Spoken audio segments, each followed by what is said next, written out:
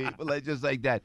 Pat doing a great job as president of the New York State Supreme Court Officers Association. Justice Matters is the name of Pat Show, Sundays at noon on AM 970, The Answer. What's going on with ICE? Why can't we respect ICE? Tell us exactly, Patrick, if you would, what's happening with the New York State court system versus ICE in the courts? So over the last few weeks, about a month or so, the New York State court system issued and then revised twice a policy dealing with how ICE is treated in the courthouse, how, for all court personnel, from judges down, how we are going to approach ICE activity. And this directive basically carved them out.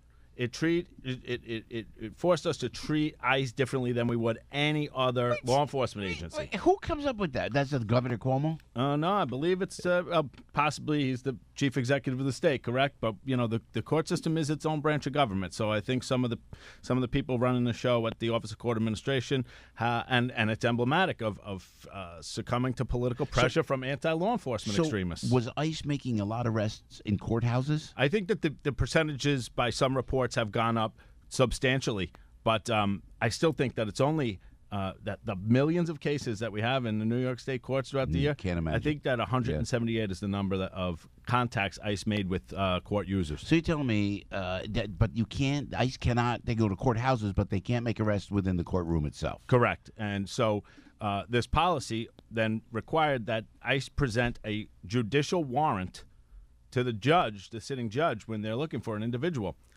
But the interesting part is federal law only requires an administrative order in order to detain and eventually remove somebody from the country. And so this directive was overstepping federal law. And so then what happens is the United States Attorney in Massachusetts indicts a judge and a court officer for intentionally interfering in an ICE-related case. Pat Cullen, tell us about that story, man. The judge and the court officer, U.S. Attorney was appointed by the Trump administration. To my knowledge, yeah. So he goes in and goes after the judge so the judge, and correct me if I'm wrong on this fascinating story from Massachusetts, the judge is talking to the court officer about a criminal that is, quote unquote, an illegal alien, I guess, right? Right, undocumented, I believe. So thank you. So the judge goes.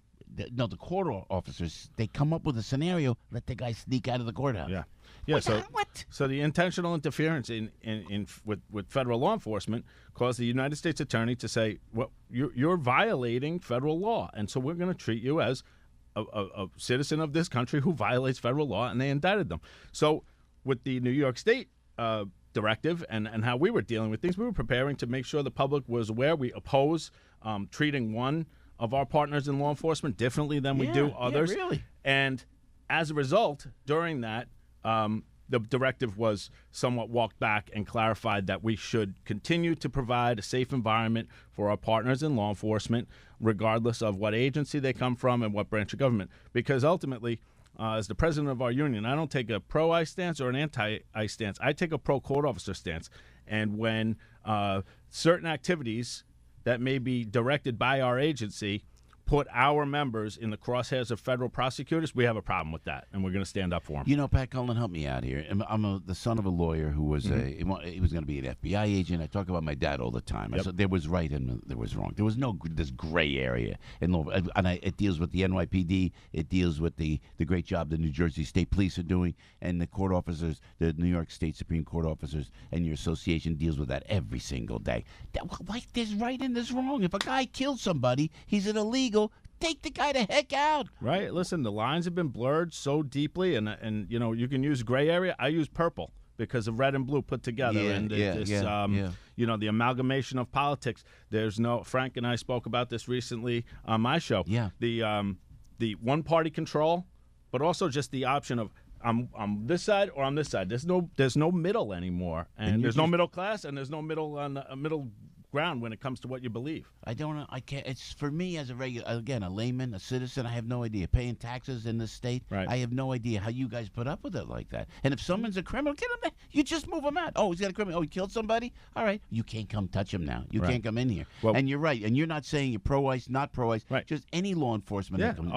Our job's to be the most professional Yeah, force yeah, of yeah, people who yeah, provide yeah. safe environment for people who use court in the biggest court system on planet Earth. You know, I never commit a crime. I'm a law-abiding citizen, but I have been in court, called divorce court a lot of the time. The court officers, those are the guys that I see Right. that roll their eyes when the judge tells me how much I got to pay. Yep. Those are the guys. But they're not supposed to show emotion.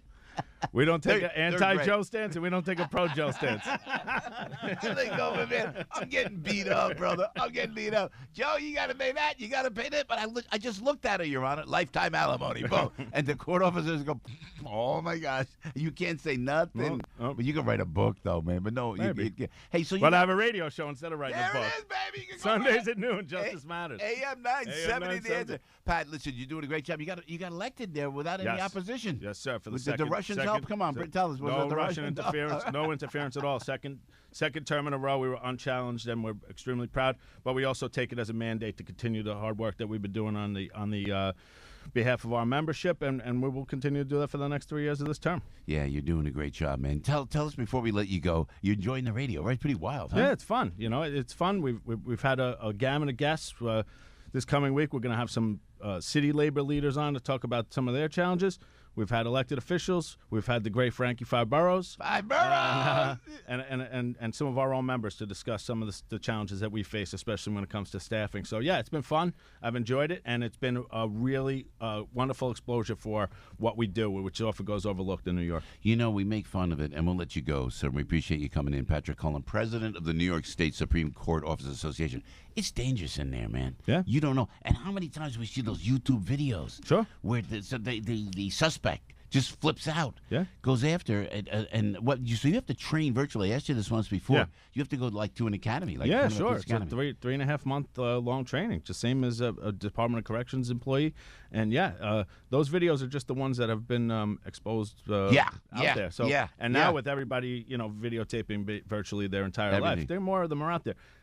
The bottom line is sometimes they're after whoever they can get their hands on. So it could be an attorney. I know you tell the story about your dad. Yeah. Right? And I mean, they could be after the judge, a juror, a prosecutor, one of us, the court reporter. Everybody is basically, there for the taking. See, this is why I couldn't be a court reporter, because I would be, if there was a prisoner and they said he was violent and he was shackled and handcuffed, and he'd look at me and go, hey, man, I would just be I would give him the benefit of the doubt. You got to be so neutral on all of that. No question. And that's part of the training. But also not just the training, but the training and experience from our veteran people who really help bring our new people up to speed and know, the on-the-job training is just as important as the academy training. Yeah, good stuff. Patrick Cullen, there's the man right there. He is the president of the New York State Supreme Court Officers Association, all doing a great job. And you forget how big New York is, huge. Man. New York State's like Montauk to Buffalo. Whoa, look out. And Justice Matters, by the way, is the name of the show. Yep. And you'll love this show, Sundays at noon at AM 970, The Answer. Joe, thanks, man. Thank you, brother. Thanks for taking the time coming in.